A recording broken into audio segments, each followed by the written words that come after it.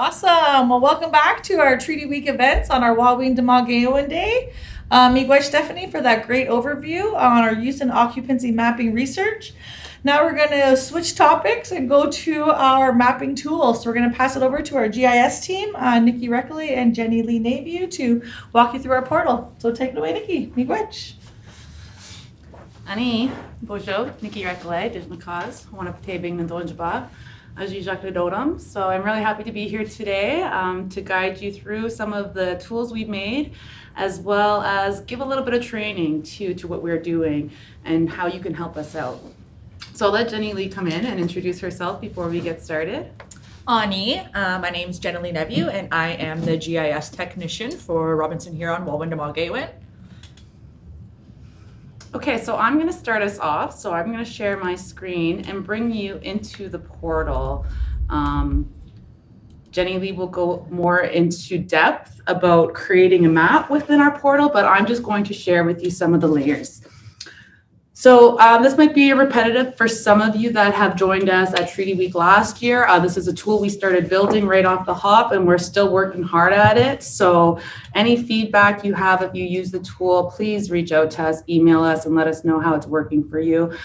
When you open up the tool, Jenny Lee will share with you how to access the tool as well, but I just opened it up really quick here. Read the disclaimer. The disclaimer will give you some background information about the layers, the data within the map, as well as it will give you a little bit of knowledge of how to go around and view some of the layers, what kind of scales you have to be able to look at some of the mining claims, and a little bit of enabling pop-ups and stuff like that. There is caution to keep in mind right now. This is more of a live portal, so you can't save the data that you bring in, and you can't save the features that you create using some of our drawing tools. We are working on a layer that you will be able to edit and add and remove to share with people here. So it would be more public what you add here, but you also could add it quickly and remove it for your own benefit. So there also is the quick start guide here. You'll click and it will bring you to what Jenny Lee is going to share with you of how to plot a map. So you quickly have to understand that you agree that this is a work in progress and there's functionality maybe limited at times. And now that you're in the portal, I'm just going to show you layers. Jenny Lee is going to explain how the portal runs. So when you quickly go to the layers, I have added some new layers in here that I really want to share with you. In the past, many of you have been interested in the mining claims, and those layers are still here. But some of the new layers that we started to add were the wildlife values. So when you click on the wildlife values, you can click on the sites. You can also have the area come up. For example, if you click on a site, it will tell you that this is an osprey nesting site.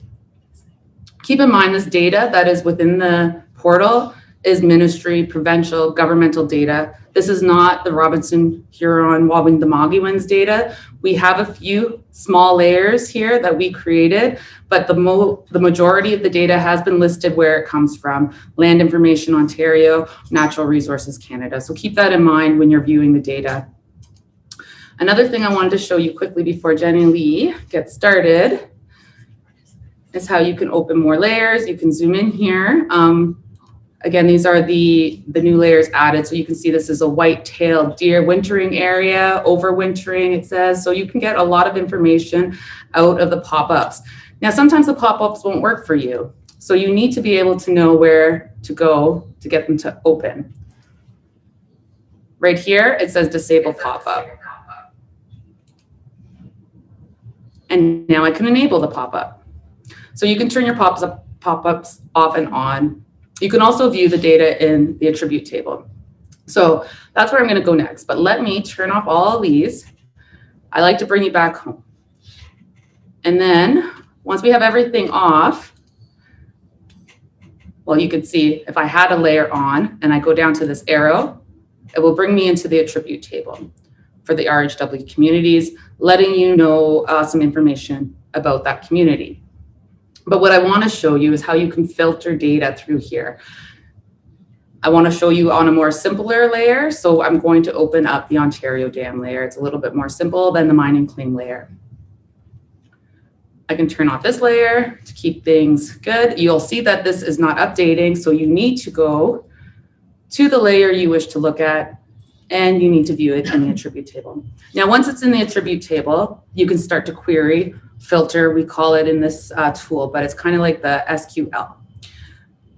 So when you go to a filter, you add the expression. I like to pull this up, then you can kind of see the field column names as well as the information within it. So for example, if I want to see all the dam ownership that are provincial, I can go in, I can go to dam ownership is, and then I'd have to be, it is case sensitive. So you want to make sure it's exactly typed as you see down here. And then once you do that, it's going to filter to show you, you see some points disappeared, only the provincial data that's within there. Now say I wanted to know, filter by dam name. I mean, most of the dam names are going to be the same here, but you might be in a different layer where you need to filter a certain holder or company or owner of somewhere. So what I would do, let's go back to my home screen, share with you all the points that we filtered the provincial for. I would run another filter. Now, this time in this filter, I want to know, bring that up, dam name is, and you can cut and paste. I was going to actually cut this to paste it in here, but I'm going to type it really quickly. Okay, and then you can see it isolates for that. You can click on that and it will share with you where it is. So that's just quickly how you can filter a simple layer. Now, I think I covered what I wanted to, just to give you an idea of some of the extra tools involved, and I'm going to pass it over to Jenny Lee. But before I do, I'm just going to refresh the whole tool for her so she can get off to a good start for you guys.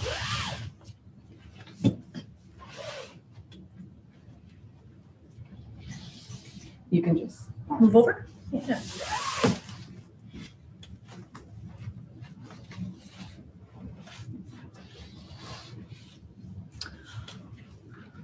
Ani, everybody. So thank you, Nikki, for going through that guide for us. So what she did was super awesome information when you're using our portal. You can get down, you can get right into that information. You can do a lot of different things. So right now I'm just back on the home screen when you first enter. And I just wanted to go through a quick start guide for people just learning how to use the portal, for people just being introduced to GIS, just how to go through it and what the tools are. So to access our portal, it's right here on our 2 o'clock GIS training session. So there's our quick start guide to follow along as well. And our portal as well is directly on the website under mapping and GIS portal. That's where you can access that. So when first entering into the portal, you'll see that there's the disclaimer that Nikki was talking about. And this you just click that you understand that it's work in progress. So once we go into here where Nikki originally was, so this is your home screen. So once you enter into the home screen, you'll see 21 communities presented with their logos. And when the logo is clicked, the information and the community websites are displayed. So you can use your cursor to like select a community and it'll show you that information. So for example, you have Batchwana, the community name, the election date, and more information. And as well, it'll go directly to that website for each individual community. So again, when you press your home screen, it will bring you to this extent of your map right away. So the basic tools, I'm just going to show you some of the basic tools here. So on the left-hand side of the portal, you'll see some tools. These tools, top to bottom, are zoom in and zoom out. Zoom in and zoom out. And as well as you can move back and forth as well.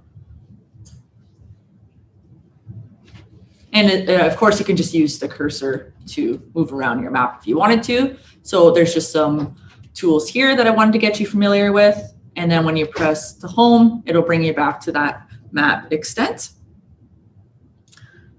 So on the left-hand side of the portal, there are some other tools here. Let me find my cursor. I don't know where she went. There we go. So here on this side, you'll see a lot of different tools here. So we're going to start with the legend. So the legend is the first icon shown on the top right of the portal. The legend conveys the meaning of symbols that represents map features. So you click on the legend to show what information is turned on within the layers list. So right now, our communities are shown, which is exactly what is selected within the layers list. So moving on to the layers list. Selecting the layer list icon provides a list of available operational layers, and it allows users to individually turn layers off and on. So you can select a tab arrow on the left to show your symbology. So you can click whatever you want to show within your map right here in your layers list. In some layers, for example, we have our RHW communities, which is just straightforward. Some layers do have sub-layers. So for example, if we go to your wildlife management, there's sub-layers within this layer that you have to make sure that you have selected if you want to choose that to work with. So the next tool here, so we have our legend, our layers list, and as well as our base map gallery. So by selecting the base map gallery icon, the imagery can be changed for what best fits the purpose of your mapping purposes. So you can select a different view if needed. So you can go to navigation, depending on what kind of map you're making, will depend on what kind of base map gallery you want to use. So there's many different views here.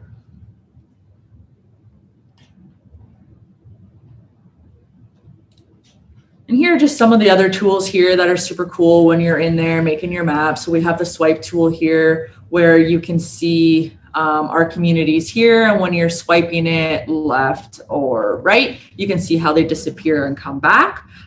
So this enables the user to easily compare and contrast different layers in a map. And then you have your bookmark. So if you're in our portal and you're wanting to save one certain location, you can go in and you can add a bookmark. So for example, if I wanted to zoom into Garden River, and I wanted to know the information here, I will add that bookmark for Garden River. So when you go back to the home extent and you're doing other things within the map, you can go back to your bookmark, click Garden River. So that'll save your spot. Now going over to this draw tool, this allows the user to draw simple graphics and add text on the map. You could write a note or add an arrow on the map in user's preferred area. So for example here, if you wanted to add a location, if you wanted to write down an area, you can write down an area right here. I keep losing my cursor within the next screen, so 1 second.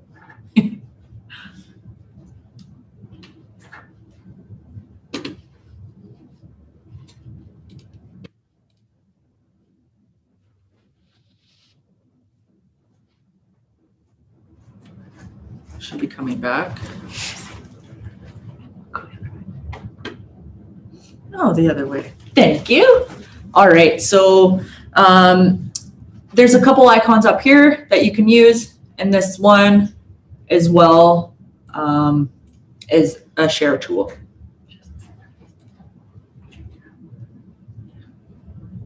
So down here, you'll notice that we have more tools within the portal that we can use. So here we have the select tool. So the first icon on the bottom left is your select tool. It allows users to select features on the map. The layers that are available are the same layers that are turned on within your layers list. So within your layers list, you'll have multiple things on if you wanted to, and that would be what you can select within your select icon. So for example, we will show, let's see, we'll show this one here.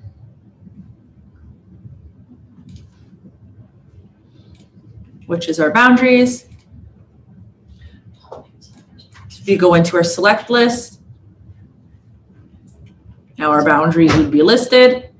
And for example, you could highlight a certain area if you wanted that shown within your map.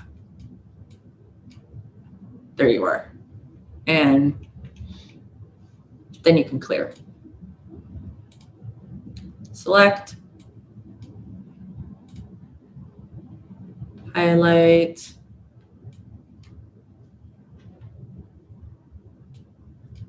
So for example, we can highlight Mississauga if you wanted that within your map.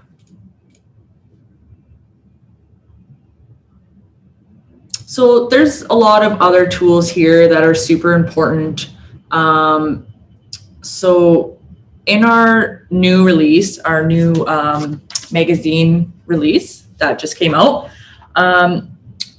underneath the GIS information section, there is our GIS Portal quick guide for you. So you can follow this along. This will get you familiar with the portal, how to use different options. Like I said, Nikki was presenting before, there's a lot more details you can get into when you are in this portal, whatever you're needed that benefits what you're creating.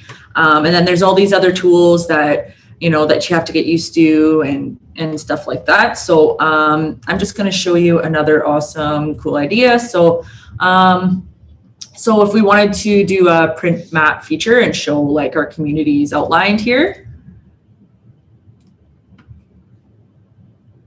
you'll go to your print map feature. You could do your map only, which will only show the extent what the map shows right now. And there's also different formats to this as well. You can do your PDF or your JPEG, or you can do your map only, or you can add your more information to the map. So, and you can also name your map. So we'll just go communities. Oh, geez. This is my laptop.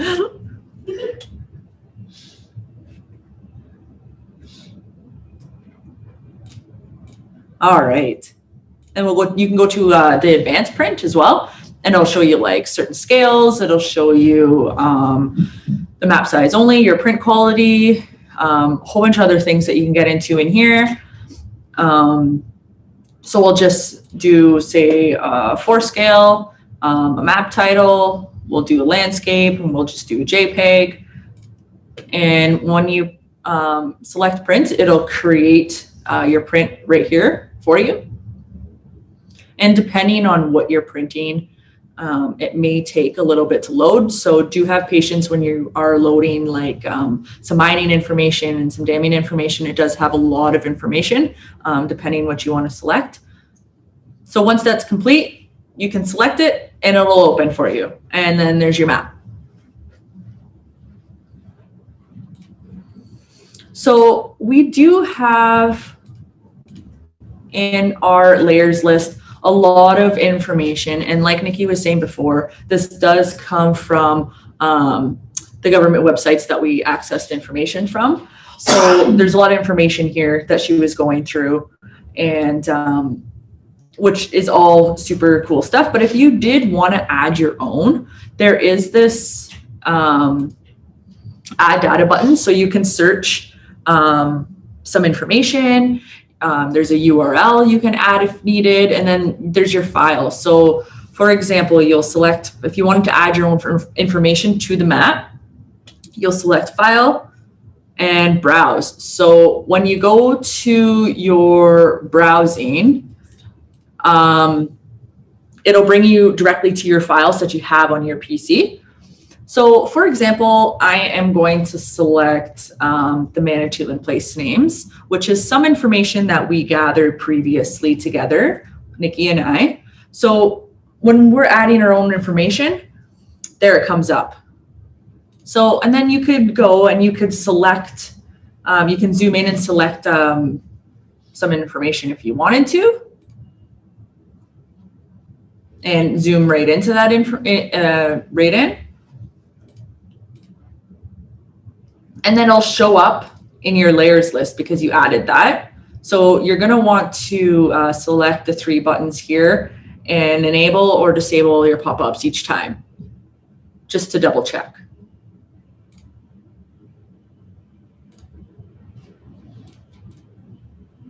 So as you can see, Manitoulin has a lot of place names that are collected at this moment. But like I said, we could use, we can use this mapping portal for a lot of different things for each different community. You can go on and on about, you know, what you can add within this. So if you guys have your own files, that's how you do it right here, is your add data, and you go to your file and you can just upload your information right there. Super awesome.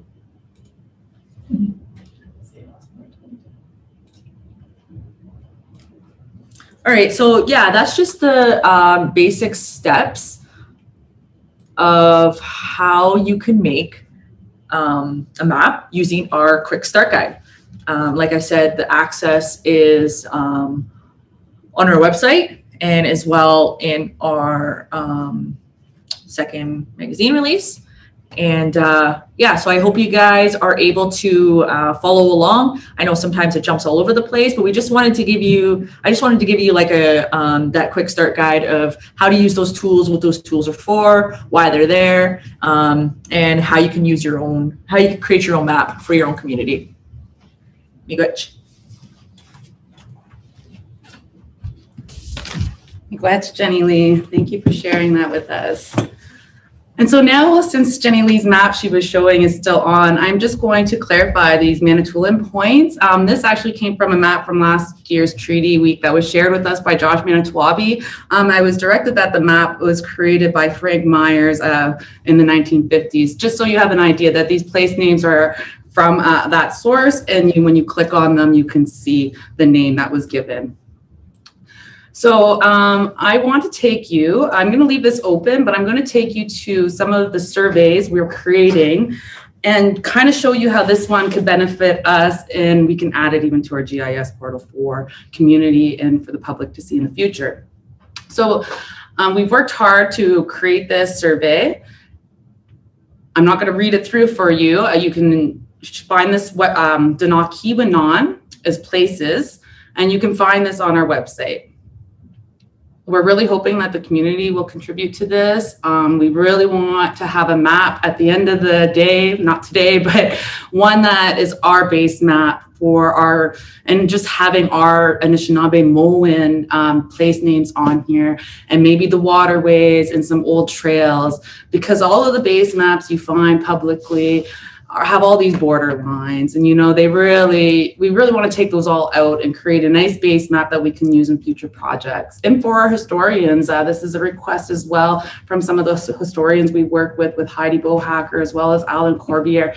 I think this would really benefit some of their future projects they're working on too. So we do hope to work with both of them and any other historians out there helping us to gather these place names. and to get these on a map for you. So this tool I'm introducing you is to help you contribute. So you can use this tool if you know a place. You can put the place name, the description of the place, as well as if you know it in another language other than Anishinaabe-Mowen, our language here in the Robinson-Huron Treaty area. So when you get to the location, sometimes it's a little confusing for some. You always got the home that will bring you back to the point. You got your zoom in and zoom outs. You can see to bring you to where you want to go. If you're on a computer, you're going to hold down control and you're going to be able to scroll and pan to where you want to be. So once you find, scrolling. Once you find your location and you've got it narrowed down to where you want to put your point so that you can give us your place name in Anishinaabe-Mowen, you're quickly going to just add the point to the map. Once you see it in the right place that you have, then you're good to go. Make sure all your information is in here. When you see this red little star, that means it's required. Obviously, we want to have the Anishinaabe-Mowen word, but we don't need you to fill in all of the other information, as we do know that this could be a tedious process for you if you're inputting a lot of places for us. But you could let us know how long you've known about this place and how long you've known it's been called a certain name, as well as, how confident you are with that. We do want to know how confident people are, because we are going to be putting all these names into a database and looking at them in the future. And we will probably get names in the same area that are very close or, are different. So we do want to start comparing those places with you as well in the future. Your dialect, and we do ask you to share your name or some sort of identity. If you wish, we will keep you anonymous. You can see that you have that here. You can keep me anonymous, or you want to be credited. So when we're releasing this into one of our tools in the future, we will make sure that it is known that that place name came from you, or another reference you want to put in there of where it came from. We do ask for your feedback. And, we do thank you. And so you would quickly submit this once you added that, and it will go into our database, which I'm going to take you to. I've been working on a quick submission tool that takes this and just cuts it down to only 4 questions. So feel free to click on this link. It will bring you to something very similar, but with less questions to fill out. So that's the survey. And we do ask you to use it.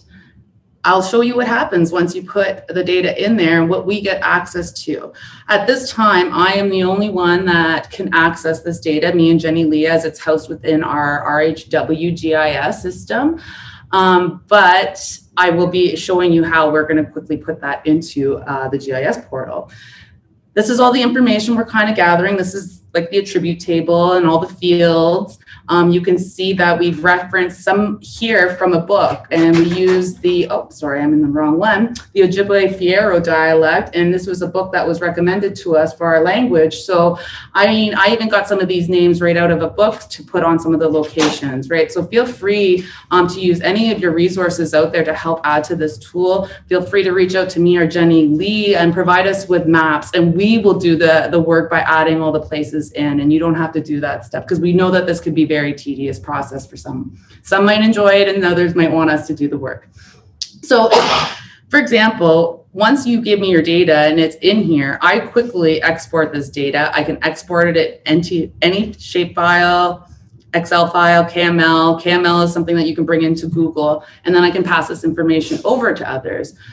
But for example, what we could do today, and since Jenny Lee has already brought you to this map, you can quickly see, I already brought it down, downloaded it onto my desktop, so I didn't have to convert it for you today.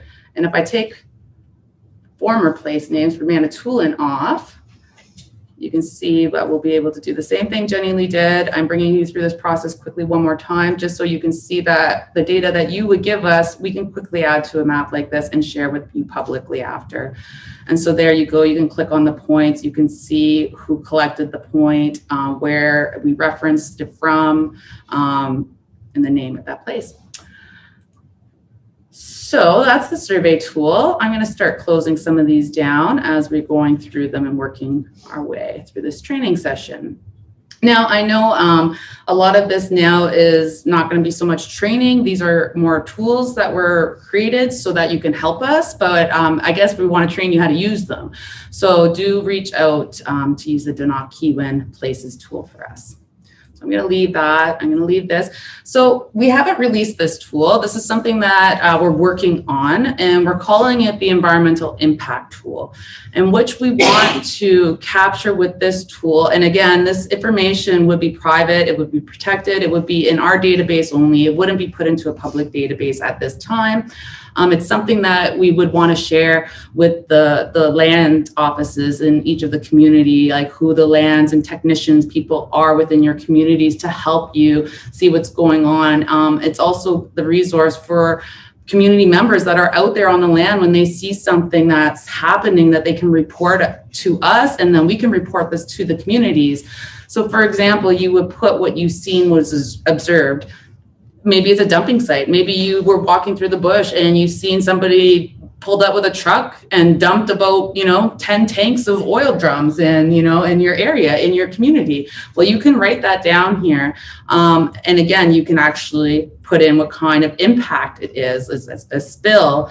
This one would be waste, it'd be dumping if we were going to put in that they were dumping tanks or tires or something, There's deforestation if you see that, any kind of airborne dust, burning, we have a few things in here, encroachment, aerial spraying that you can report into this system. Like I said, we want your feedback on this as well. Once we release it, we could add more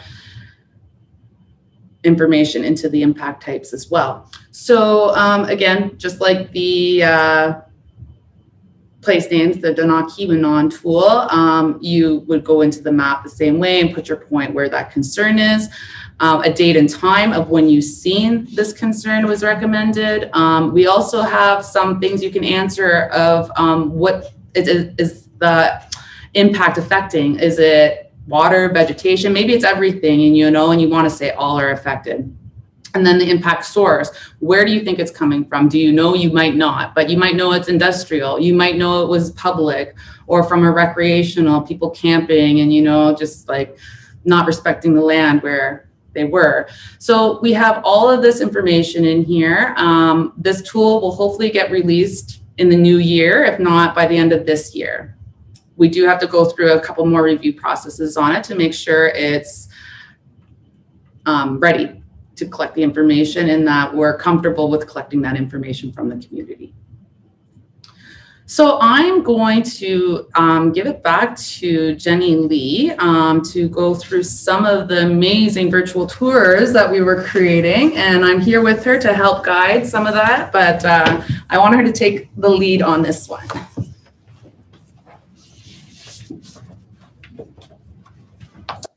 All right, thank you, Nikki. So here is our first virtual tour. We are working on virtual tours that can be taken within the GIS portal. So for example, Bauer, the place where Robinson Huron Treaty was signed, and is the first community featured on our virtual tour in the GIS portal. So Agimasair shares a journey with us along the St. Mary's River through Bauer, also known as Sault Ste. Marie. So I was just reading that quick write-up that is also featured in our magazine, talking about our tools and our upcoming releases here. So Bauer was the first place that we did. So what we did was we went around with a group of people and we did some information and gathered some important locations within Bauer. So we have a background here that explains, in partnership with Batchewana First Nation, Chief Dean Sayers, and the committee consisting of members of the RHW and Bauer, we're honored to have developed an online virtual tour to take you through a place of the past. A story of the times of 1800s when Bauer was undergoing a major surge in colonization, religious pressures, and a quick change in the connection of the land, our mother, and the responsibilities given to the Anishinaabe in the area, which is now known as Sault Ste. Marie. So here we have Batchewana First Nation, who we link to, and a link to their website as well. So here's our story. We're calling it Mapping Our Ways. So the map below contains feature points created to date. So we're looking forward to adding more in the near future. of more different voices to tell our story throughout the Huron 1850 treaty territory. So here we highlight points 1 to 9 of the places we visited and focusing on the shoreline areas of Bauer. So here is our map, our base map that is created that has different points to where we visited. So in this map, you'll see different shapes. So for example, if you select this map and you zoom into certain locations, you'll see the red dots are where we took our virtual tour points. So if you select that, it'll show you let's just open it wide. So number 1, so it'll show you that it's number 2.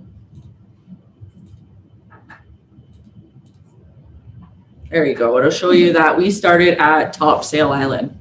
Our place and location was Bellevue Park. So it'll talk about our related historical events. It'll talk about the credit of the story and a historical date and time. So we have other features on here as well. So we do have some historical sites that we did visit. And as well as we have some historical churches around that area in the 1850s.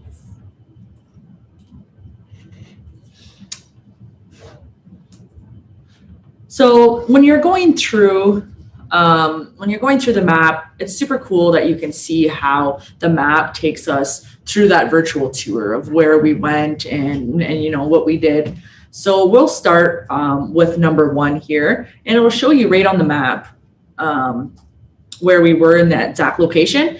And I'll show you that first video from Chief Sayers of our virtual tour.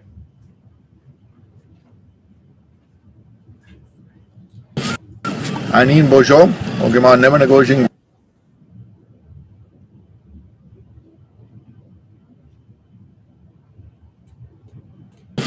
Anin Bojo, Ogema Never Negojing Guakisid. Good morning, everybody. Good day. I'm Chief Dean Sayers, and I'm from Bauting here.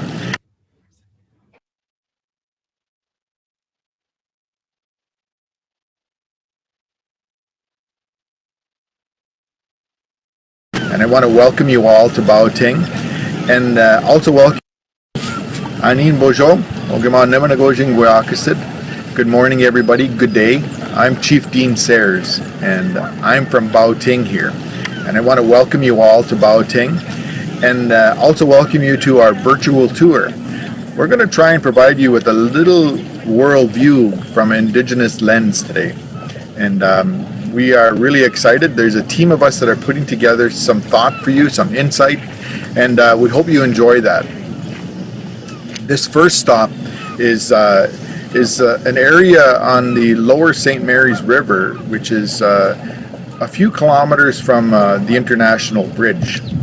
And as you see behind me here, our people use the entire waterfront area of Bauting, of Sault Ste. Marie, and we would have used that for our homes, our gardens, our fishery, our hunting areas.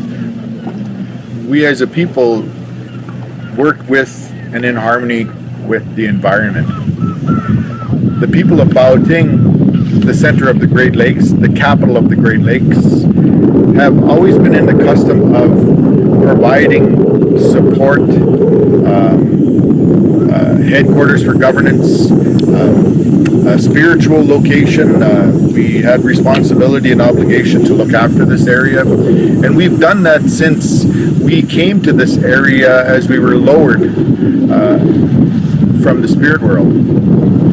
And contrary to what the archaeologists might share with you, or anthropologists, this is where we've always been. This is where our creation began. We didn't come from Europe. We didn't come from Africa. This is where life began for us. So when people say, Indigenous people have been here for 10,000 years. Indigenous people have been here for 15,000 years. Those are more Euro-ethnocentristic. We know where we were placed and how we accepted the responsibility and obligation to look after a certain portion of our mother, the earth. And the people of Bauating accepted this responsibility a long time ago. And that included looking after all of our relatives, everything in the environment, including all of the spirits, the water, the trees, the plants, the sky beings, those animals that walk on the earth, the swimmers. We have an obligation to help them, and they likewise have responsibilities as well. They've never lost sight of their original relationships and understandings. It's us as humans that need to have those reminders. So today, as part of this tour, this virtual tour, we're going to try and share with you some of those inherent obligations and responsibilities that we as the original people of these lands still have to fulfill. And we're in 2020 right now. It's not always the easiest.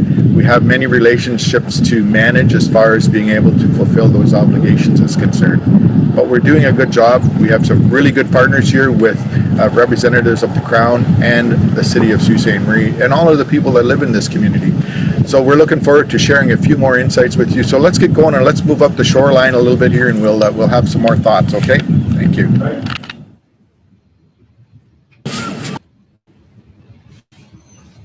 So there was our number one for a virtual tour. How awesome is that? So Chief Sayers introduced our virtual tour. He started off, he brought us into the waters and showed us some of his views for that area.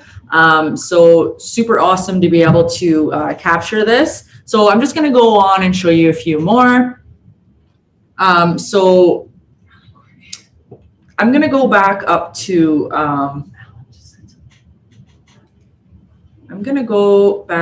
the map here. So on the dots below here, you could select it and it'll show you our quick legend. So it'll show you our story. So those are the locations we went and gathered this information. So there's a total of 9 points. There's the churches that are historical in that area, other historical sites, and as well as 2 locations for the residential schools. So here's number 1. Number 2 was very close by in Belby Park. And I'm going to show you our Bauating village. So underneath here, we do have a transcript if needed as well.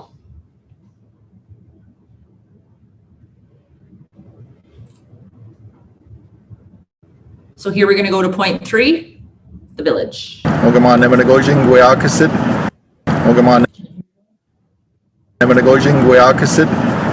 morning again. Good day, everybody. Chief Dean Sayers coming to you from another prominent point in Bauating. This area behind me and in the area would have been where the primary Bauating village was. And it's still really an important area for us because we still as a people have obligation in the area. We still do our best to look after the water, which is not far from here, to look after our trees, to look after the history of the area, look after our oral history, look after our governance systems. And this particular area, you can see all of these older buildings, these older churches in the area. Those churches built in close proximity to where the villages were, where the sites were. And it's the same across all of our villages. You'll notice there are churches that are built in really close proximity. So you'll see these historical buildings in close proximity to this original Bauating village.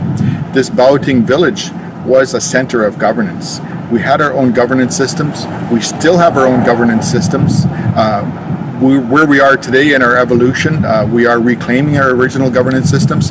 Those original governance systems are based on our clan system. We will be going back to those. We will capture the essence of those, and it'll be a modern approach to our clan systems.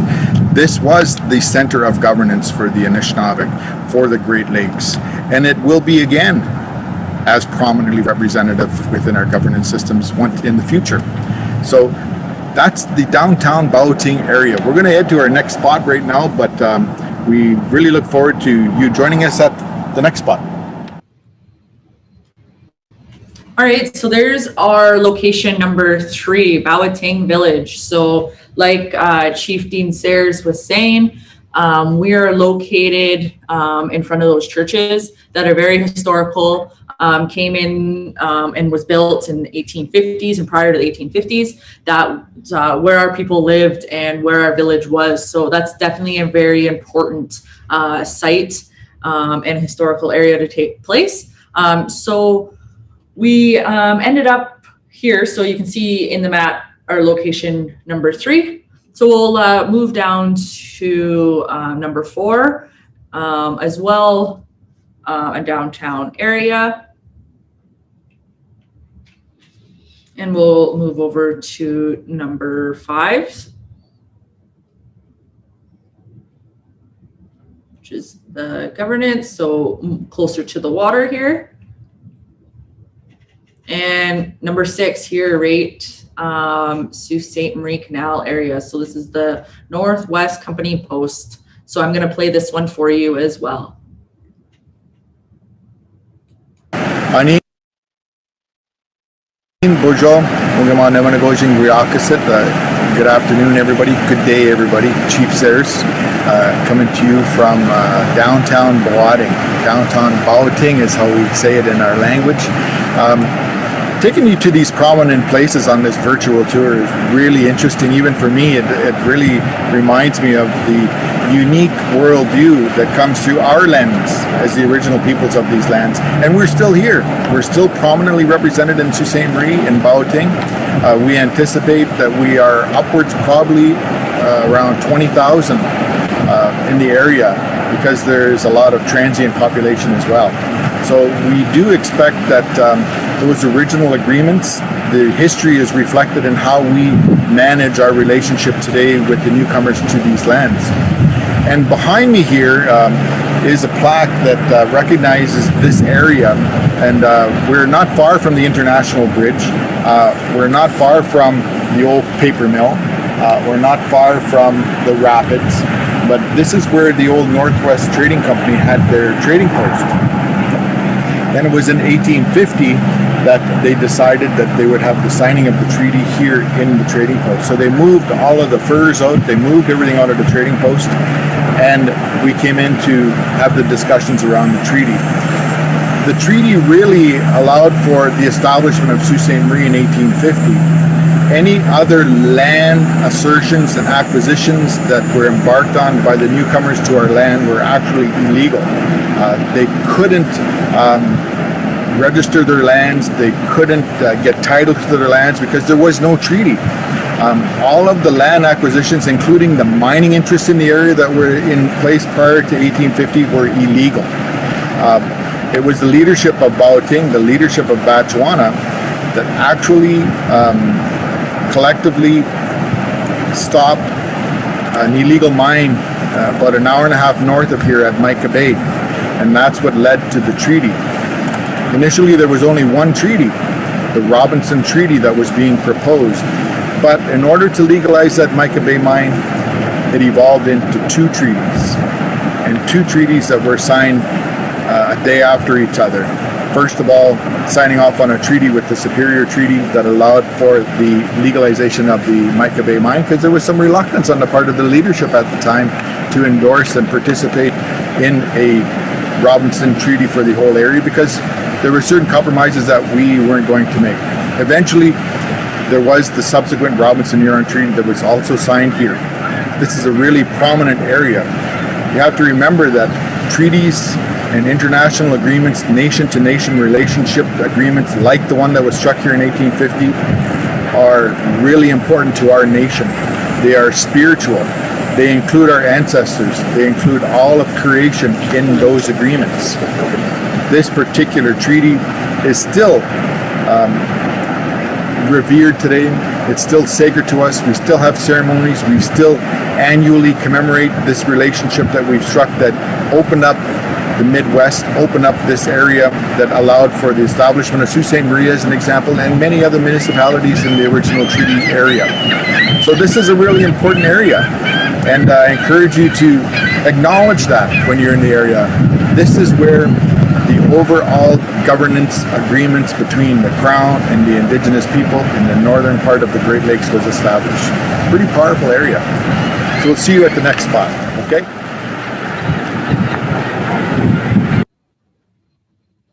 So how awesome is that? So the Northwest Company Post, point 6 on our virtual tour, like Dean Sayers was saying, very powerful location.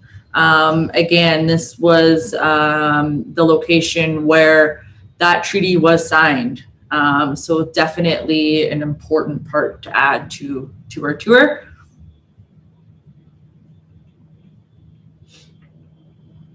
So then we move over to Whitefish Island for our 7th point. And St. Mary's River. And the stone house is our last point. So I'm just going to show you the very last one. Anin, bonjour. Good afternoon. Good day once again. Again, I'm at another point on our virtual tour. We are downtown Baoting. We are on an area that was part of the islands that were reserved for the Indigenous people of the area, the Indigenous people of Badwanang. This area in particular now is called St. Mary's Island. This is part of the early developments that happened after industrialization. We were removed from the area. We are still working on our reconciling with this land and these obligations and this particular territory. That's moving along well. But I wanted to bring some attention to this tour while you're here and bring to light some of the mindsets that took place when we actually signed the Robinson-Huron Treaty, not far from here, about a kilometer from here. The elders tell me that those original signatories, the more than a dozen signatories that actually made their way here for the treaty, actually came here with canoes that were laden with everything that we have.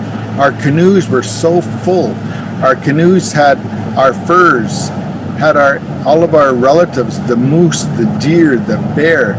Our canoes had our gold, our silver, our copper, our diamonds, all our forest products. Everything was in those canoes. Our boats were so full. Our language, our law, our spirituality, our people, everything, our governance was in those canoes. They were so full they barely rose above the water. And we went into these discussions with the newcomers, and we ended up signing an agreement. And the elders say, when we left those treaty signing ceremonies, what did we have left in those boats? And the elder went on to say, our boats were still full. Our boats were still full of our language, our law, our spirituality, our people, our land, all of our relatives, the animals, the flora, the fauna, the trees, everything that is us, the minerals, everything was in those canoes yet. All we did was we shared the bounty. We never gave everything to the newcomers here. We still maintained our inheritance. We still maintained all of our obligations to creation. So we didn't get any treaty rights at the treaty. We continued to recognize and assert our inherent obligations to all of creation. We actually shared with the newcomers to our lands. It's those who have received the treaty rights. So another perspective in regards to the relationship with the Indigenous people. We are all treaty people, yes, but if you ever get a chance, take a look at treaties. Take a look at the worldview from an Indigenous lens. Take a look at how we envisioned that treaty relationship to look. So thank you. We'll see you at our next spot. So that was the last one that we did with Chief Sayers, Miigwech Chief Sayers. A lot of information within his videos, and what we talk about and the history and and the knowledge and how to teach. So just these 9 points, I think is huge to how to move forward and, you know, teach people within that are on our treaty lands. And I think it's important to add more to this tour as well. Like I was saying, this just has 9 points. So I think this is the tip of the iceberg of how we could make that virtual tour bigger, how we can have more information, how we can have different voices and different locations, and not just Bauer. We could make this a Robinson Huron Treaty virtual tour. So if you guys do have any interest, please do reach out to Nikki or I for more details. We'll get back to you regarding that. So that was that was point 9 that we did within our tour together. And then here, keeping the focus here on our story for Bauer, the following sections are included to understand what was happening nearby as colonialism entered the shores of Lake Huron and Superior. So the images are related to the points within the first map, and you have access to view the locations if you explore and click the points on the pop-up tablet above. So here's just a historical site slide deck. So this is actually a plaque, a location that is in downtown Bauer, and it'll talks about our history right there in 1800 or 1600s, as well as the A. plaque. There's a Voyageur plaque, 1622. The Northwest Company Post, 1791, where we watched that recent video. And the Northwest Company Lock, the old Hudson Bay locks of Bauer. The Old Town Cemetery of 1879. Our old stone house, 1858. The Wemyss Simpson House, 1866. Our Clerg Block House of 1895. Superintendent's House, 1896. And our Sault Ste. Marie Ship Canal, completed in 1895. So all of these historical slide decks are located downtown within those areas. So that's definitely super important to add to show that historical content. As well as our churches. So up in the map above, it'll show our base map, which will show the churches that we visited during that tour. So it'll just show quick pictures, and these churches were from 1851 to the 1900s. And as well as we have in the map, we have highlighted the 2 residential schools that were located as well in Bauer. And then here we have our land acknowledgement. So the RHW hereby acknowledges the original peoples of this land in which the Creator has granted inherited rights or sovereignty. So this is our quick land acknowledgement from Wawindamagewin. So it talks about the Anishinaabe of these lands are from 21 communities under the RHW. And here we're highlighting Batchewana. So in the future, we do hope to highlight each one of these communities and those important historical parts, those important information, anything to do with on the land use, or any of that information. So we're hoping to go through with our communities and gather this information, but Batchewana is highlighted because this is the one that we are featuring. And then we have the 2-row wampum belt here. So RHW also understands and represents that the 1630 2-row wampum treaty represents two nations living side by side, separately put together, each moving along its own path, but never crossing into each other. So each nation represents the other, lives independently and peacefully in coexistence.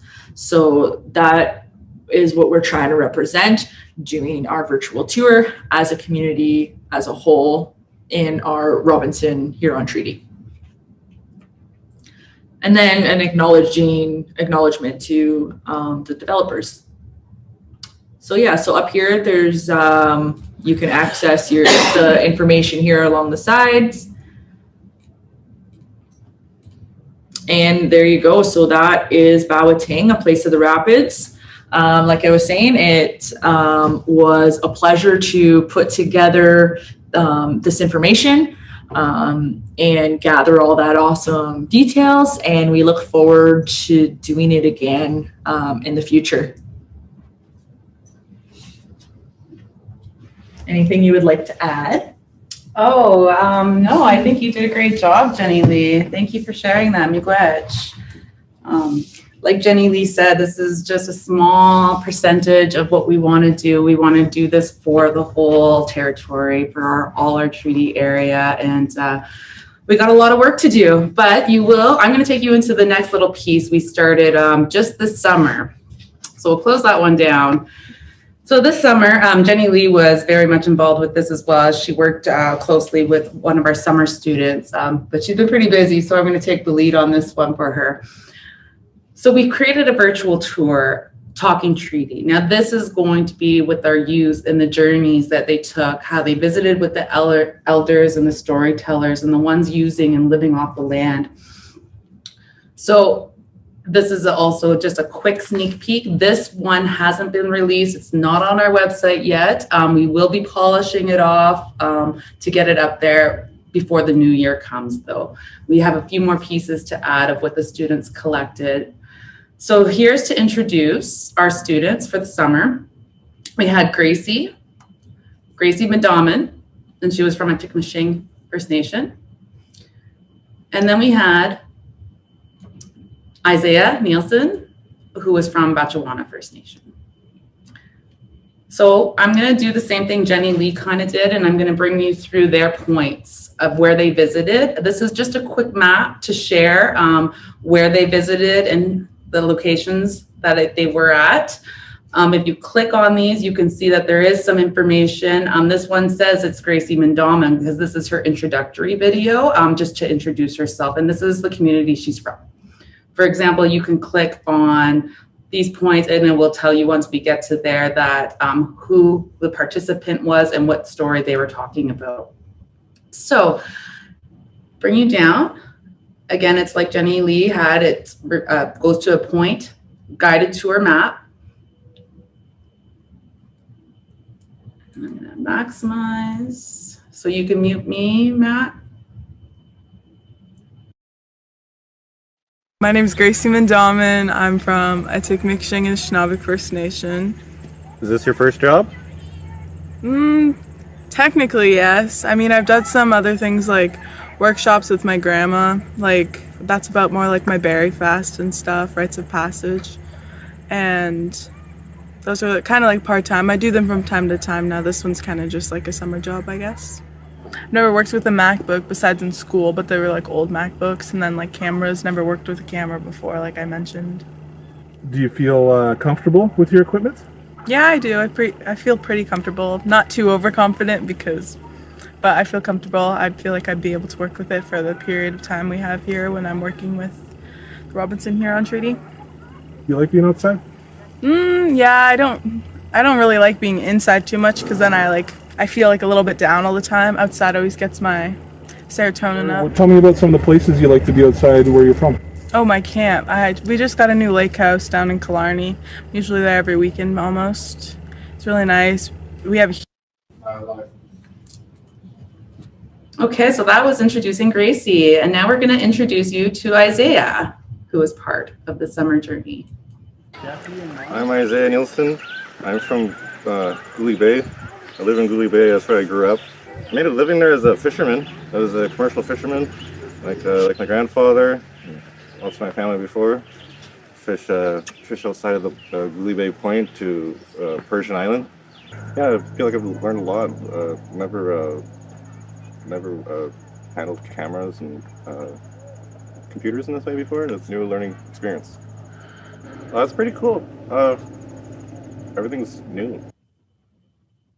Right, and there you were introduced to Isaiah. So both of these youth did a great job and went and met many of our community members close to them.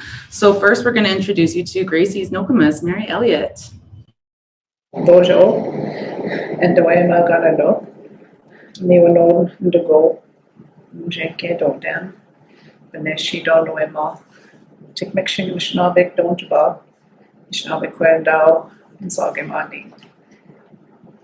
My name is Mary Elliott. I belong to the, my spirit name is Four Winds Woman.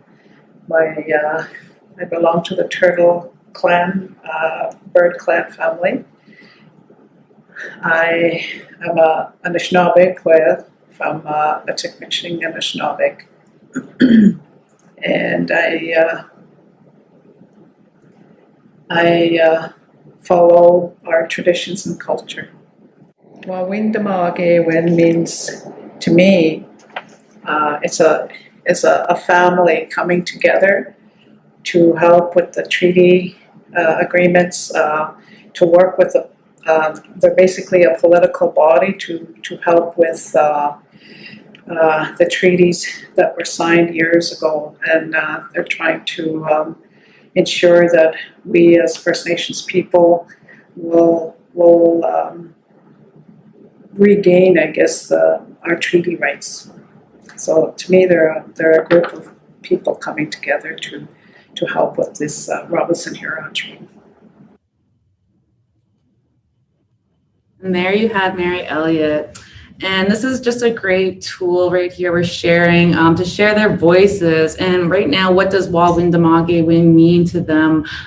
There's many more questions the students had. This video we're taking you on, this virtual tour, is only going to be another 10 minutes per se, because we're only showing you small clips right now. There is a lot more to include, so definitely look out for this tool in the future. Okay. Bonjour. Barbara Nolan, Dishnikas, Nishnabe Noswin, Nishnabe Noswin Gendan, Wabagan Quen, Makwa Dodem. Wikwem Kung Gibbon Jaba, Numgodesh Mumpik Tegansi being Deda. So my name is Barbara Nolan. My Nishnabe name is Wabagan Que, which translates to what do you call, see if a vase is kind clay, of like clay woman. So that's translation of my Anishinaabe name, and Bear is my clan. I came from Manitoulin Island in Wikwemikong, and today I live in Garden River. Mm-hmm. How long have you been in Garden for? Since 1970. We moved to Garden River, my husband and I, and we had 2 little kids then. We moved from Detroit, but we were in Toronto first. And then we moved to Detroit where he got a job, but we didn't like it there. So we moved here to Garden River in 1970. So you know lots of history from the area? Well, over the years, family? Yeah. So, in your understanding, what does Wawindamage mean? Wawindamage means the art or state of telling. Windmoa is to tell. Okay, it's a telling procedure. So either storytelling or even treaties, because they're telling about that time. Yep. I think it's pretty cool because Yeah. the way you explained it, even though it was really different how George said it the other day, Yeah. the way you explained it, it was almost exactly like like verbatim. Yeah. How it was. Yeah. It was very interesting. Yeah. And then when I asked Patricia Engel once too, she said it's like more literal too. It's like people talking about things to each other. Yeah, yeah. Well, it comes from the verb windmoa. Yeah. Windmoa means to tell. Nga windmoa, I will tell him or her. Yeah, that's how I understood so it from windmagewin is the telling of something. Yeah. I heard it in Cree Witamo. Yeah. Yeah, a little bit different, yeah. So what does treaty mean to you? Treaty? Yeah, so in your life experience, has Canada honored its treaty obligations, I guess? I would say no. Monetarily, some of the treaty pays are very low, like ours is only $4 a year. Back in 1850, like $4, you can buy lots of stuff with $4. Today, you can't even buy a pack of smokes for $4, you know, so. Yeah, I think it was the 1870s sometime it was put up to $4 from $2. Yeah, from $2. And I think before that it was just a sack of potatoes and some flour or things like that.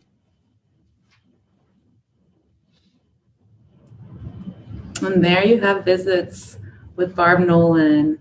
Now let's take you to Nimki, Ajabikong, and a visit with Isaac and Elder George. So if I told you the word Wawindamal Galen, do you understand that at all? Yep. What does it mean to you? It means like the promises. A promise? Yeah, promise. That's how I understand that. Okay. Like the promise. It's more than that. It's it's like a promise, eh? George, is that how you understand that word? I wouldn't. Which Wawindamal Galen? Windmill is more like a story to me. Oh, yeah. The way it sounds. Yeah. But he can understand it a lot differently than here, because I have a different understanding too. Yeah. Because I asked Barb Nolan, right, the language speaker. She told me a promise or a pledge. Yeah. But that's it's kind of broad. Yeah. And then I asked Patricia Engel once, what does Wawindamal Galen mean? And she told me very literal. People talking about things together. Oh yeah. Yeah. So yeah, I guess we're both right. Okay. So but the elder would know best because he's a very fluent. So. Awesome, great. I hope we haven't lost you. We still have a few more to go. Some great footage to share with you. Dis is niks en de snappen hun niks aan. We gaan zeggen ing don't say. Saskatchewan, eh? My name is George Pequawput, a white man's name, I guess. And I come from Yellowquill in Saskatchewan. So, what did you say Wawindamal Galen means to you? Windamagan, that's when you tell your stories, eh? Like, whether it be your life, your history maybe, or whatever is involved in what you're talking about, whatever subject. Okay. That to me, amazing Sitterman, eh? That's how I understand it. In the Sitterman. In Cree we say next time.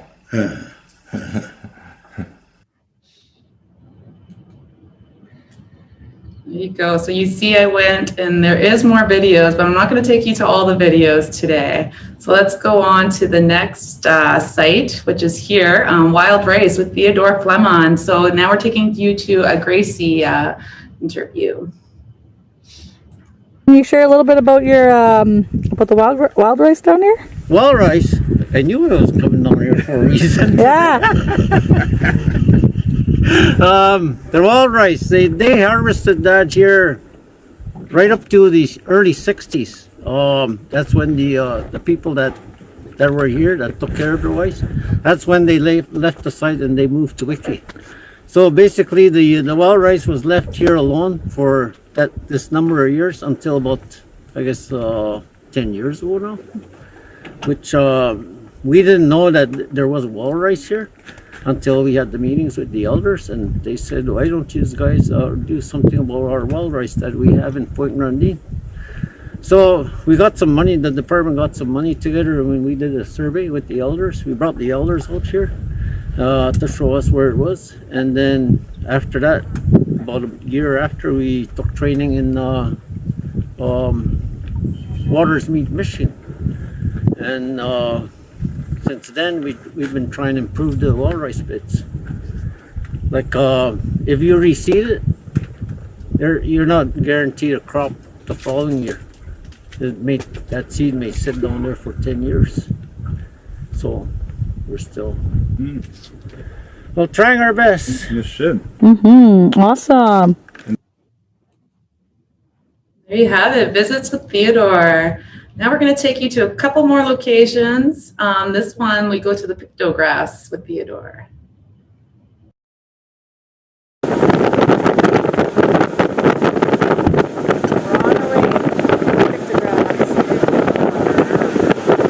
Oh my God, I think we're there. They talked about it, these two high spots.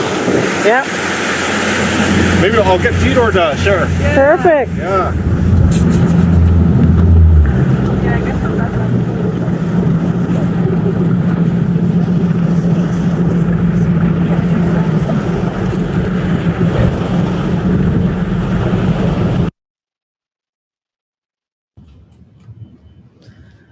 Okay, so there you have a little bit of pulling up to the pictographs. Unfortunately, at this point, we don't have a picture to show you of the pictographs, but we have a little story here. Acting Ogama, Tim Omanika at the time, will share with you. To go and they went to go do some hunting, and then they left the families here and the kids. So the Haudenosaunee came up and they came and you know, they kind of wiped out the whole families. Right. So when the warriors came back, and then they set up this, so those pictographs, there are two large spots over here. So they set up this ambush spot, so when the Haudenosaunee came back, then they ambushed them. And then they sent one of those Haudenosaunee back to let them know that this is our territory. Right. Yeah. Oh, so that's what Duke had shared with you. Yeah. Shush. Awesome. Okay, really good stories here. We have lots more to include. We will get those pictures of the pictographs in there for you in the near future.